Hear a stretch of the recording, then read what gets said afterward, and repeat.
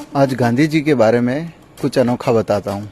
ये जो सामने बिल्डिंग दिख रही है, ये अहमदाबाद की मोस्ट लग्जरियस प्रॉपर्टी है और इसकी खास बात ये है कि गांधी जी साउथ अफ्रीका से आने के बाद सबसे पहले यहाँ रुके थे और उसके बाद भी अमूमन एज अ फैमिली गेस्ट यहाँ आकर रुका करते थे।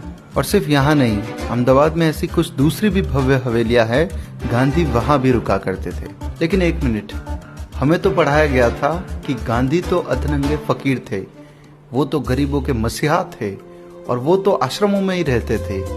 तो फिर इन हवेलियों में रुकने की कहानी क्या है?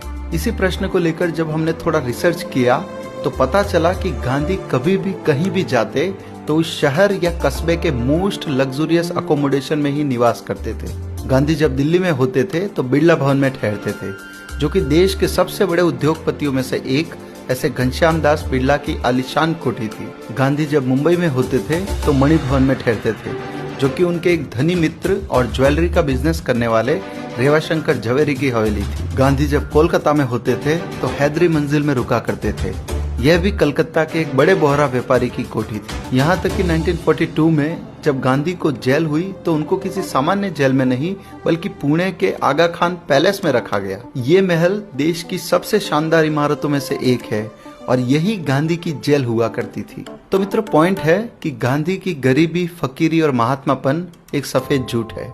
असल में ऐसा कुछ था ही नहीं, सब कुछ बनावटी और मनगढ़ंत था।